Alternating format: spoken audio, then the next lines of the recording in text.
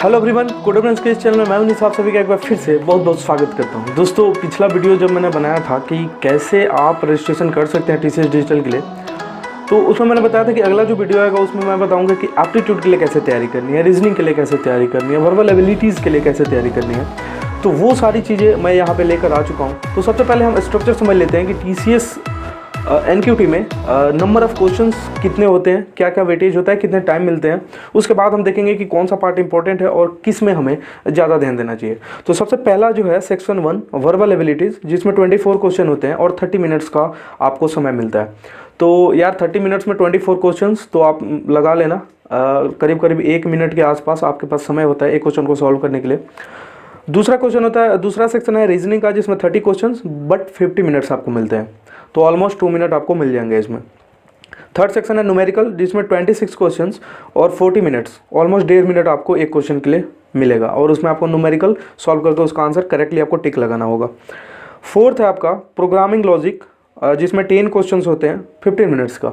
इसमें आपको pseudo code होगा, वो रन नहीं करना, आपको डायरेक्टली उसका आउटपुट बताना है, लिखना है। कभी कभी तो ऐसा दे देते हैं कि आउटपुट आपको लिख के दिखाना होता है कि 1 2 3 4 ऐसे इनपुट बॉक्सेज होते हैं, उसमें आपको इनपुट लिखना होता है, तो वो काफ़ी लॉजिकल होता है। मोस्ट प्रोबेबली वो गलत होने के चांसेस उसी में ज़्यादा होते हैं। ऐसे आप अगर सूडो कोड का लॉजिक आउटपुट निकाल के कोई ऑप्शन टिक करना हो तो वो काफ़ी ईजी होता है कंपेयर टू कि आपको इनपुट में इनपुट करके बताना पड़ता है कि वो आउटपुट क्या होगा, तो वो काफ़ी हार्ड होता है। और 5 और 6 सेक्शन में बेसिकली हैंड्स ऑन क्वेश्चंस होते हैं, जो कि आप जावा पाइथन किसी भी अदर लैंग्वेज से भी कर सकते हो। एक क्वेश्चन होता है 15 मिनट का, जिसमें थोड़ा सा कम लॉजिक लगाना पड़ता है। दूसरा सेक्शन होता है 30 मिनट्स का, नंबर ऑफ क्वेश्चंस एक ही होते हैं, तो आप अंदाज़ा लगा सकते हो दूसरा क्वेश्चन थोड़ा सा कंपेयर टू फर्स्ट क्वेश्चन थोड़ा सा हार्ड होता है। तो हम 3 सेक्शंस को अभी छोड़ देते हैं, प्रोग्रामिंग लॉजिक, हैंड्स ऑन और हैंड्स ऑन। 2 हैंड्स ऑन और एक प्रोग्रामिंग लॉजिक को अभी साइड करते हैं, ये सब्जेक्टिव एनक्यूटी है। हम आते हैं मैंडेटरी एनक्यूटी में, जो कि वर्बल रीजनिंग और न्यूमेरिकल है।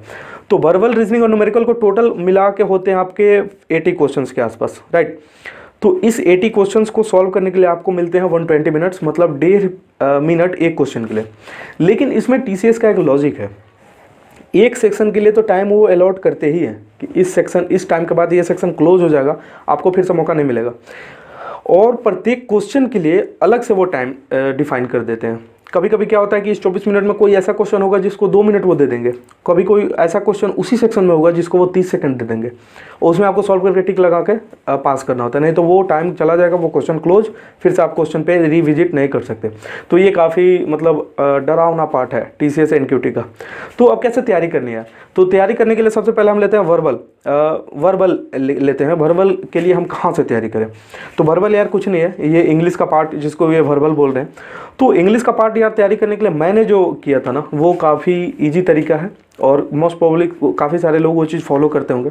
तो मैंने देखा था कि इसमें मोस्ट फ्रिक्वेंटली क्या क्या क्वेश्चंस हो सकते हैं वर्बल में। तो वर्बल में यार मोस्टली क्वेश्चंस होते हैं एरर्स एंड करेक्शंस के। तो एरर्स एंड करेक्शंस कैसे होते हैं? सबसे पहले आपको एक सेंटेंस दिया जाएगा, उस सेंटेंस में अलग अलग पार्ट्स होंगे जिसको वो डिनोट कर देंगे नीचे, और वो सेक्शन में कौन सा पार्ट गलत है, कहाँ पे सही किया जा सकता है, वो आपको ऑप्शंस में मिलेगा, टिक लगाना होगा। ये नंबर ऑफ क्वेश्चंस एज इस पार्ट के बहुत ज़्यादा होते हैं। तो इसकी तैयारी करने के लिए यार रेन एंड मार्टिन या आर.के. सिन्हा वाली कोई ग्रामर की बुक ले लो, और उसका ये वाला आप सेक्शन अगर कर लेते हो, स्पेसिफिकली अगर ये वाला आप चैप्टर जाके कंप्लीट कर लेते हो, तो आप आसानी से इसके क्वेश्चंस, टीसीएस के एनक्यूटी के क्वेश्चन सॉल्व कर सकते हो। लेकिन इसमें एक ट्रिक है, अब डायरेक्टली एरर्स एंड करेक्शन के क्वेश्चन करने बैठोगे ना, नहीं होगा। क्यों नहीं होगा मैं बताता हूँ। क्योंकि इसमें जो क्वेश्चंस होते हैं वो एडवर्ब, पार्ट्स ऑफ स्पीच सारे आ जाते हैं, टेंस सारे आ जाते हैं। तो जब तक आपकी इसकी जानकारी ही नहीं होगी तो आप एरर्स कैसे फाइंड आउट करोगे? अगर कोई सेंटेंस दे दूँ और बोलूँ कि इसमें से एरर फाइंड आउट करो, तो आपको पूरी ग्रामर की नॉलेज होनी चाहिए, तो वहाँ पर आपकी पूरी ग्रामेटिकल नॉलेज आपकी चेक हो जाती है। तो ये एक फ्रीक्वेंट क्वेश्चन है जिसको आपको कर लेना है। तो इसको करने के लिए सबसे पहले आपके पार्ट्स ऑफ स्पीच और टेंस, ये दोनों चीज़ पूरा का पूरा क्लियर होना चाहिए। अगर जब तक ये चीज़ क्लियर नहीं होगा आप नहीं कर सकते। दूसरा होता है वर्ब्स में जो एक्सिलरी वर्ब्स होते हैं उस पर काफ़ी सारे क्वेश्चन होते हैं, वो आप कर लेना, और वो काफ़ी ज़्यादा इंपॉर्टेंट भी है। तीसरा जो पार्ट है वर्बल में वो ये है कि आपको नंबर ऑफ क्वेश्चंस इस पर भी ज़्यादा आते हैं कि जैसे वो एक फ्रेज दे देंगे यहाँ पे पूरा 20-25 लाइन का, ऐसा कह सकते हैं। मोस्ट प्रोबेबली 10 to 15 लाइन्स का होता है, और उसमें फिल इन द ब्लैंक्स 4-5 दे देंगे, और उसके ऑप्शंस नीचे रहेंगे, और बताइए कि इसमें से कौन सा जो वर्ड है वो जल्दी फिल होगा और मतलब ज़्यादा अप्रोप्रिएट है फिल करने में। तो उस टाइप के क्वेश्चन भी बहुत ज़्यादा होते हैं, तो वो भी आपको एक बार देख लेना है। तो ये पार्ट हो गया। तो ये 3 पार्ट अगर आप वर्बल के कर लेते हो, parts of speech, tense, errors and corrections, auxiliary verbs और ये वाला, तो आपका वर्बल आसानी से क्लियर हो जाएगा। मोस्ट प्रोबेबली आप 90% क्वेश्चन इसके सही टिक लगा देंगे, ठीक है। और टाइम भी बिल्कुल 30 मिनट्स का होता है, तो आप आसानी से कर सकते हो। करीब करीब 1 मिनट के आसपास सारे क्वेश्चंस को हैं तो आप कर सकते हो। कभी कभी 2 मिनट मिल जाते हैं, जो मैंने बताया कि अगर 20-25 लाइन का कोई फ्रेज आ गया तो उसके लिए 2-2.5 मिनट वो अलॉट कर देंगे। तो अलॉटमेंट जो होती है वो काफ़ी वाइजली होती है, तो वो बड़े बड़े दिग्गज लोग वहाँ बैठ के सारा काम कर रहे होते हैं, तो आपको टाइम का कोई चिंता नहीं करना, बस आपको अपनी प्रिपरेशन एकदम बिल्कुल सही रखनी है, राइट, और मेहनत काफ़ी करना है। तो वर्बल के लिए ये ट्रिक मैंने अपनाया था, ये कर लोगे आसानी से वर्बल निकल जाएगा। अगर आप नेट से पढ़ने बैठो, अलग अलग वेबसाइट से पढ़ने बैठो, अलग अलग यूट्यूब चैनल से पढ़ने बैठ जाओ ना, आपका दिमाग ख़राब होगा, इसके अलावा कुछ नहीं होगा। आप एक बढ़िया सा बुक उठाओ, बुक पढ़ने की जब तक आदत नहीं होगी तब तक टीसीएस क्लियर करना यार, मैं तो नहीं कहूँगा कि सही होगा, क्योंकि वेबसाइट्स क्या करते हैं ना, कुछ लिमिटेड क्वेश्चंस वो भर देंगे, ख़त्म। आपको इंटरनल नॉलेज जब तक नहीं होगी तब तक क्वेश्चन चेंज हो जाएंगे, आपके काम खत्म हो जाएगा। तो इंटरनल नॉलेज बहुत जरूरी है, और ये तभी आएगा जब आप रेन एंड मार्टिन या आर.के. सिन्हा की कोई ग्रामर की बढ़िया बुक थॉरोली पढ़ जाएंगे, तभी आपकी नॉलेज ईजी हो जाएगी, मतलब इन्हेंस होगी। दूसरा पार्ट है रीजनिंग का, जिसमें 30 क्वेश्चन और 50 मिनट्स होते हैं, तो करीब करीब 2 मिनट, कभी कभी किसी क्वेश्चन को 2.5-3 मिनट भी मिल जाएंगे, और कभी कभी किसी क्वेश्चन को ऐसा कहे कि 30 सेकंड, 40 सेकंड, 45 सेकंड भी मिल जाएंगे। तो ये वेरिएबल रहता है, टाइम जो लिमिट होता है प्रत्येक क्वेश्चन के लिए वेरिएबल होता है, आपको उसी टाइम लिमिट में वो कंप्लीट करना होता है। अब रीजनिंग की तैयारी कहाँ से करें? तो रीजनिंग की तैयारी करने के लिए आपको सबसे सिंपल सा तरीका है कि आर.के. सिन्हा या किसी भी बुक को अगर वो ऑनलाइन खरीद सकते हो तो खरीद लो।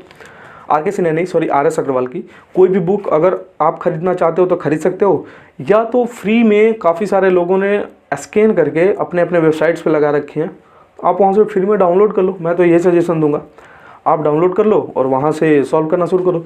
और सॉल्व करने का सबसे अच्छा तरीका है कि प्रत्येक एक्सरसाइज से पहले जो आपके एग्जाम्पल्स होते हैं, जो सॉल्व्ड एग्जाम्पल्स जिसको हम कहते हैं, तो वो सारा कर लेना है, और एक्सरसाइज के मिनिमम 10 क्वेश्चंस ऊपर से कर लेने हैं। अगर ये पूरा बुक आप कर लेते हो, बुक काफ़ी मोटा नहीं होता, 200-300 पेज का ही होता है, तो इसमें काफ़ी सारे फैक्ट्स, फिगर्स सब कुछ रहते हैं, तो काफ़ी कम क्वेश्चंस होते हैं यार, तो आप आसानी से कर सकते हो। और इसमें अगर खूब से खूब अगर आंकड़ा लगाए ना, तो 2 महीने अगर आप रगड़ के कर दो, खत्म, अगले के महीने में रिवाइज कर लो, खत्म, आपके माइंड सेट में वो बैठ जाएगा। तो ये बिल्कुल सही तरीका है, आर.एस. अग्रवाल की बुक डाउनलोड कर लो या ऑनलाइन मंगा लो, ये तरीका है, आप आसानी से रीजनिंग कर सकते हो। और 50 मिनट्स आपको ज़्यादा लगेंगे, जब आप इतने सारे रीजनिंग्स कर लोगे ना, 50 मिनट्स आपको ज़्यादा लगेंगे।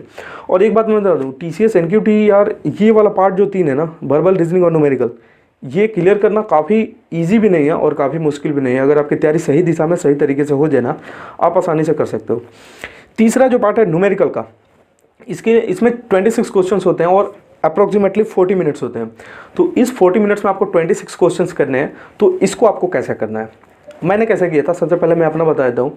तो अगेन मैंने आर.एस. अग्रवाल की एक न्यूमेरिकल एप्टीट्यूड की बुक करके आती है, वो मैंने डाउनलोड कर रखी थी, मैं ऑनलाइन नहीं मंगाया था, डाउनलोड किया, डाउनलोड हो गया।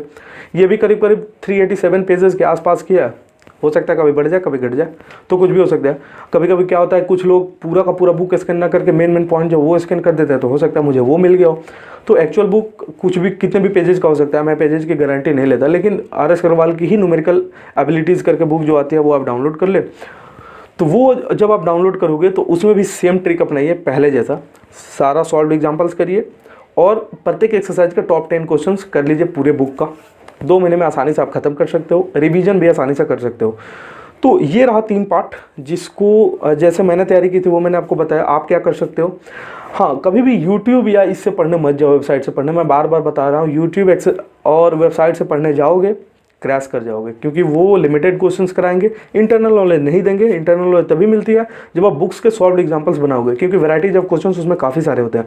और आर.एस. अग्रवाल अगर आप 10th में पढ़े हो, 9th में पढ़े हो, मैंने तो बता रहा हूँ कि 6 से 10 तक आर.एस. अग्रवाल ही पढ़ा था पूरा, और 12th में भी मैंने आर.एस. अग्रवाल ही सॉल्व किया था।